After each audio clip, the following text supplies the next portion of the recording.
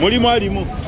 Eggulu twakulaze emboozi y'akabenje akabadde kagudde ku luguudo oluva e Kampala okudda e Bombo Kawanda mu Kasenya akamanyiddwa nga Mayanja emmotoka ekika kya Fuso namba UBK 769 bwe yalemeredde omugoba waayo n'esaabala emmotoka endala. Akabenje kano kaguddewo ku ssaawa 2 ez'akawungeezi. Tuzzeyo ku makya ga leero okumanya ekituufu ekyaviiriddeko akabenje kano. Wano tusanze ebintu ebyenjawulo byanjadde nga kwotadde n'ebisigalira by'emmotoka ezakooneddwa. Abamu obuzibu buno babutadde ku bufunda bwa luguudo. Ekyabaddewo nti jamu yabadde waali ng'akajamu weekali kati emmotoka eno kwekozesa ebyo nti yagenze okutomera nga jamu waali. Ekireese bino byonna enguudo zino zaakolebwa mu myaka gya 6 nga ekiseera ekyo emmotoka zikyali ntono, emmotoka nga 10.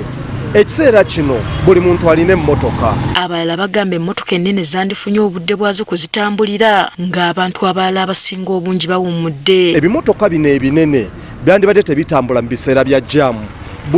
Essaawa ez'okunnyuka n'essaawa abantu babeerera bize ebimotoka byandibadde bipaakinga ate ne bitambula kiro.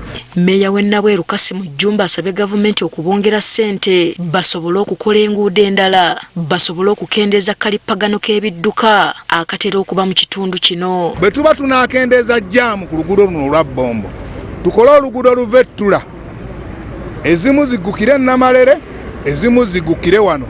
Tulowooza nti agamotoka aganene singa tugagaana okulinnya olusozi luno ne gayitira eno emmanga kijja kukendeeza ku bubenje obumu. Tutuuseeko e Kanyogoga mu muluka gw'e Kawanda. Omu ku baafiiridde mu kabenje kano Christine Nyamutoka gy'abadde abeera. Eno abakungubazi tusanze baakuŋŋaanye dda. Tutegeezeddwa nti Nyamutoka abadde n'okutikkirwa kw'omwana we ng'okugwa ku kabenje yabadde agenze mu ttawuni okubeera ku byagula. Kati yabadde agenze mu kibuga abeeko ne byafunayo ebinaakola ku kutikkirwa kw'omwana we, naye bwe yabadde akomawo ate kwe kufuna obuzibu obwo. Era tutegedde nti yalese n'emmotoka ng'ayagala akozese obwangu ng'olwaleero alina amatikkira g'omwana we. Abatuuze bategeezezza nga munnaabwe bw'atabadde na buzibu bwonna. Badde mukyala mulungi wadde ambagereza nti oluwaagenda bwebagerako birungi byeri atabadde na buzibu bwonna. Yabadde mutuuze munnaffe nga tukolagana naye bulungi